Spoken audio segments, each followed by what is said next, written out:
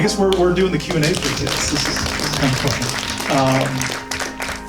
fun. So we started this project, some of you might have known, 20 years ago. And with no resources, clearly, no budget, clearly. Am I going in the middle? Okay. I'm not. And I just had an idea to make this movie. And really when I was a teenager. And as I got older, I had something that happened that all of us on the stage have happened. All of you have had this happen at some point or another, which is you lost somebody that was important in your life. And the idea of people falling down a cliff in a dream setting just felt like an interesting story. But the spiritual aspect of the story became more interesting to me. And the notion, the possibility of, could I ever see these loved ones that I've lost ever again in my life? And that's what the story ended up kind of evolving into. And when I started thinking about casting the movie, I was going to school and I was talking to many local actors and that sort of thing. And the people that I really wrote it for were the people that ended up in the movie. And the first person that I really talked to about it was Matt. And Matt, who plays Gary. Hi. Yeah. So I guess ask you, Matt. We've known each other since high school. And when I was presenting the story to you and the idea of doing the movie, what came to your mind? I don't know. You were so excited about this and so convinced that it was something I could do. Like, I don't know, I felt bad saying no. Like, honestly, I was... Same. Like... He's like, Matt, I know you don't act, but I'm writing this movie and I think you'd be really great in this role. And I just want you to bring the same attitude. Dude, he's like, no, really, you'll be great, come on. And then I just basically moved into your house for a month and we made this movie with some people who are still here, some people who, and I'm sure he'll get into this, but honestly, when we made this movie, I did not know Ashley. We never shot a scene together. Anytime. We had a completely other actress, but the audio was terrible. Sonia. Hi, Sonia. And so I acted in a lot of scenes with Sonia. And then that's just all gone, and the power of editing. And It was a very long week. It was. Can you come up here for a few minutes just so that we could get your story? Because you've been the phantom character of this movie. No, don't be scared. So we shot most of the movie that you saw in the winter, January, February months of 2007. That's how far back the movie was. And we didn't have a Jane at all. The actress that was originally cast as Jane was like, I'm going to vacation. And so I didn't have anybody. And I thought, well, I could rewrite it quick. I had Matt, I had Sean Adams, Bo. I was on vacation, by the way. You were on vacation. I was home from Florida from school, and Matt called me and he said, can you do this film for me? And it was a week, very long week of shooting till 2 in the morning? Yeah. We started early in the morning. They fed us, which was nice. They fed us the chef there. That was a real chef, by the way, wasn't it? Is he There here? was a real chef. He's right there. Yeah. There he is. I'm looking right at him. I'm like, is that him? The chef in the movie. His real life name is Michael Myers. That's right.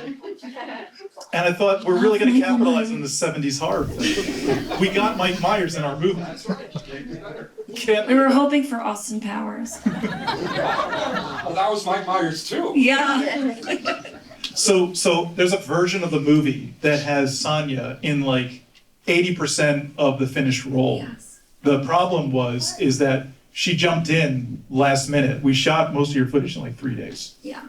And so Very then you long were 3 days. and you were on a plane the next day back to Florida. Mm-hmm.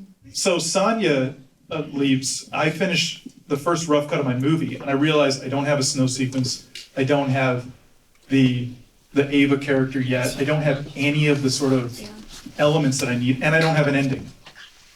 So at this point, my sister was getting married. Rhin plays Linda. She's my sister in real life. She's Linda. She's not here tonight. And that's when I met Ashley. And Ashley was like kind of giving me pointers because Ashley of the group was really the first sort of. She's famous. She's the first actress that became an actress. Yeah. She actually is very famous. So Ashley comes out. She's watching the edits. Very humble. And she was like, I think you could do this. I think you could do that. And I'm like, I didn't want to replace Sonia because we loved Thanks, what Sonia did. So I had a lot of fun. I'll be honest. It was probably the most exciting time that I had. I love you. I love you too over there, Gary. Love Gary. But I made a decision. I needed to finish the movie. Sonia was off to greater things and living it up in the sun in Florida. And I said, is there any possibility of you coming back? She was like, to New York? No. I'm so sorry. And Ashley was like, what the hell? I'm going to LA in 3 days. You got me for 3 days. Yeah. Same story all over again. Yeah. So I rewrote the script for Ashley, and I'm like, okay, could you do all of these scenes in 3 days before you go to LA and Hollywood? Well, I had no idea. Like, you just were like, come in, and I was shooting the scenes and there was no one there. It was like I was talking to like a wall or something. And it was interesting, but it set the scene for like the next 16, 17 years. Just how like weird being on set is and all the crazy stuff that goes on. What was your favorite project that you've worked on when you were in LA? It was called the United States of L, but the reason why I loved working there was because like the crew became my family. Like for 2 years straight, and I went through like pretty crappy time in my life. They were like there, and it's just like what it's like on set, because those are the people you spend the most time with, not your family, unfortunately, because you're on there like 20 hours a day. But that was like the best experience, and it wasn't even me being on film. I was working crew. So yeah. I was on set on a lot of stuff too, and they do feel like your family when you're like by yourself and you're traveling by yourself and you feel like you have nobody, and you move to LA for a couple months or Vegas for a couple months, Florida for a couple years, and you're by yourself and you're on set for a music video, or you're doing modeling, or you're doing something, commercials, any of that stuff. People that you meet become your family because you see them every day, and you don't get to see your family, and they do become your family. So I thought you guys felt like that. I mean, I've known you. We were only on set for a week. We had a lot of fun. We had so much fun. I came home for Christmas break, and I saw Matt and Matt, and everybody was on set, and it was just nice. And it just felt like at home. And it was a really cool place. Yeah. That inn was very beautiful inside. I know what it looks like now, and it's still beautiful, but it's called the Millerton Inn now. It's in Millerton, New York. And when we were filming, it was Simmons Way Inn. Is that what it was? Mike knows. He knows what I'm talking about, yeah. Mike Myers over here. I do too. Me too. I miss all the old things in Millerton the way it used to be.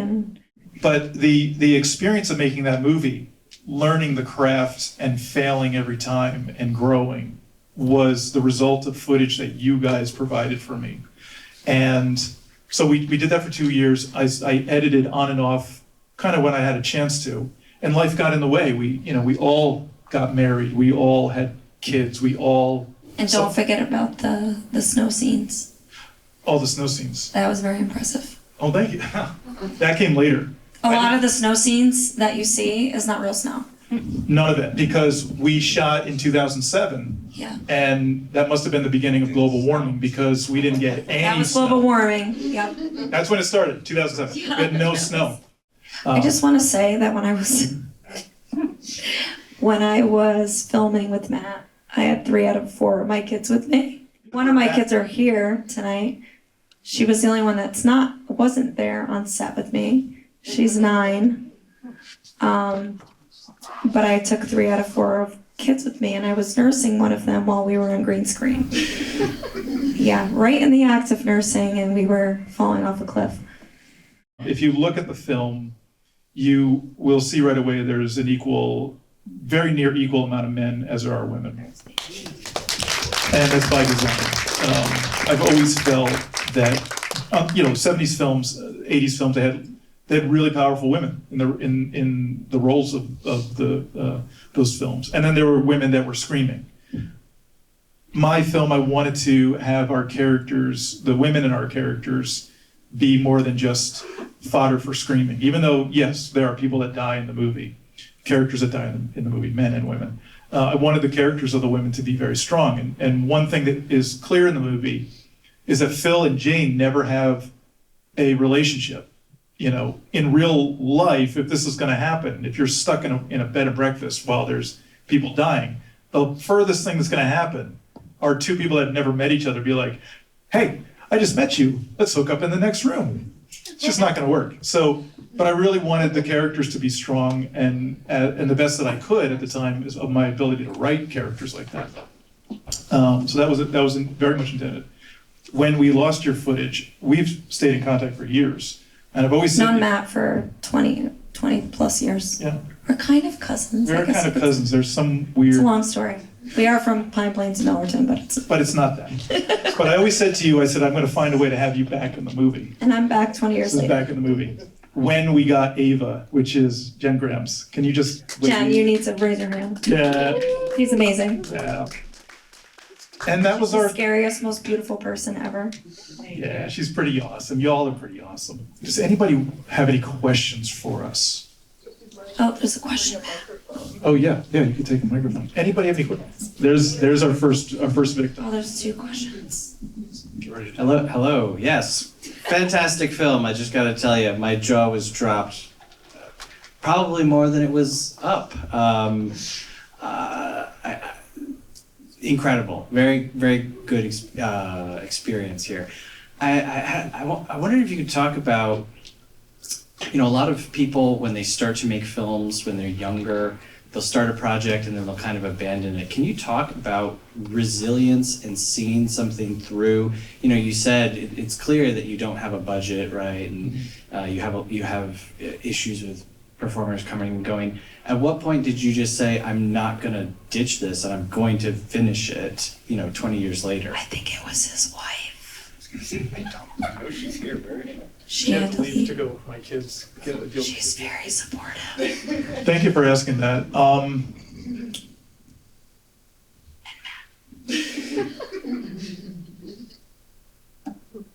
We live in a society that really focuses on right now. The idea that live for today, we don't have tomorrow. And to a lot of degree, that's a great way of looking at it. Tomorrow's not guaranteed. My father died several years ago. And when I was going through his stuff to sort of archive for me, right? My mother couldn't look at it, my sister couldn't look at it, but for me, I needed to look at it. I realized that he had certain things that I could archive and save. But I didn't know who he was until I really did a deep dive in that and sat down with my mother and a couple glasses of wine, and hear some funny stories and the things that cheer you up afterwards. And to find out your father was really an incredible person and to hear it from good people. For me, when I had time with my father, he would work on projects. He had a regular business that provided for our family, but he had a love of building Jeeps, old Jeeps. He would go and get parts, restore them, tinker with them, and learn to build these. One piece of advice he told me was when you start a project, to not just put it aside and say, maybe someday. If you care enough about it, to continue to work on it. And so I took that method and took that approach. And I said, I don't have a timetable on this. Nobody's telling me when to do it. But when I get the opportunity, when I get a chance, I will just keep working on it until it feels right. So yeah, a lot of people would you're right, would just say, oh, you know what, it didn't work out for me. I'll work on the next thing. You know what the problem is? When you work on the next thing, you apply the same approach that you did on the last project. So it's mind over matter, and saying, I am going to do this. I am going to finish this. I'm going to learn from it. I'm going to grow from it. I'm going to take every piece of advice and knowledge that I gained from this and from other things and apply to it and do better and get to a point where I release it in front of an audience. And it's not going to be everybody's cup of tea. I know there's people that don't like this movie. I know there's people that love this movie.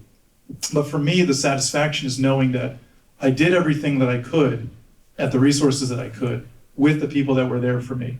And I made the best damn movie that I could. Did a great job, Matt.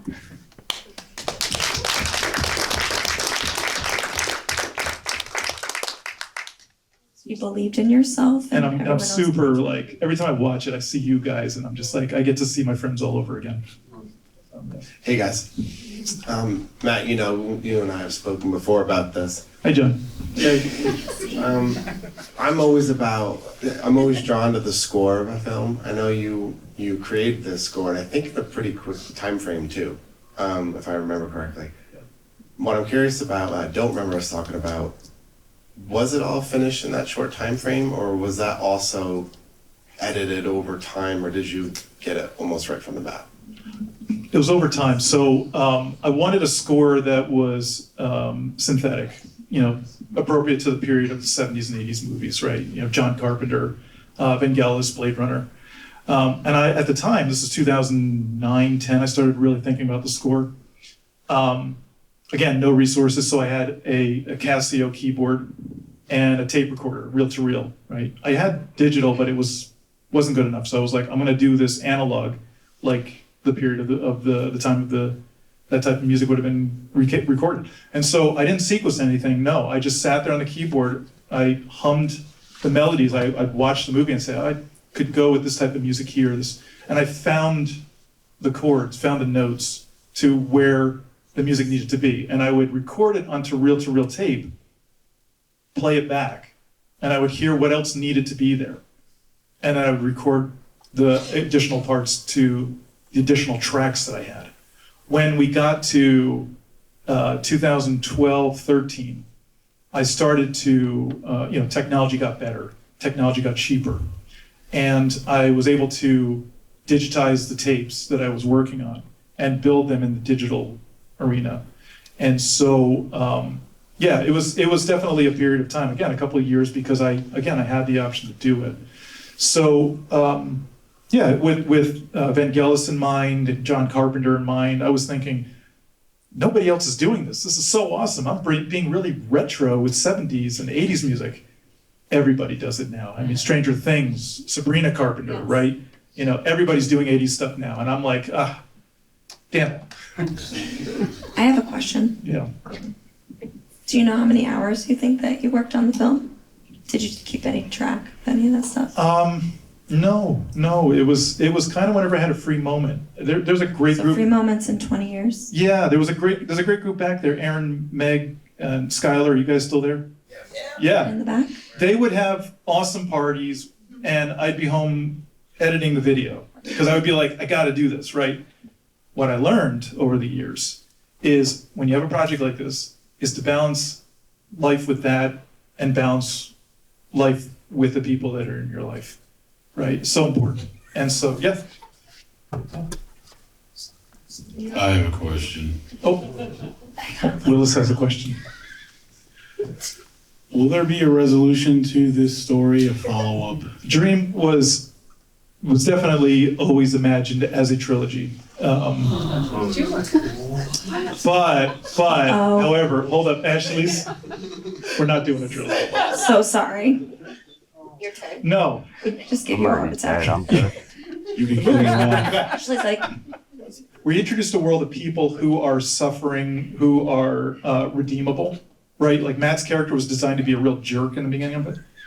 And at the end of it, you kind of fall in love with him, right? You know? And then he's taken out.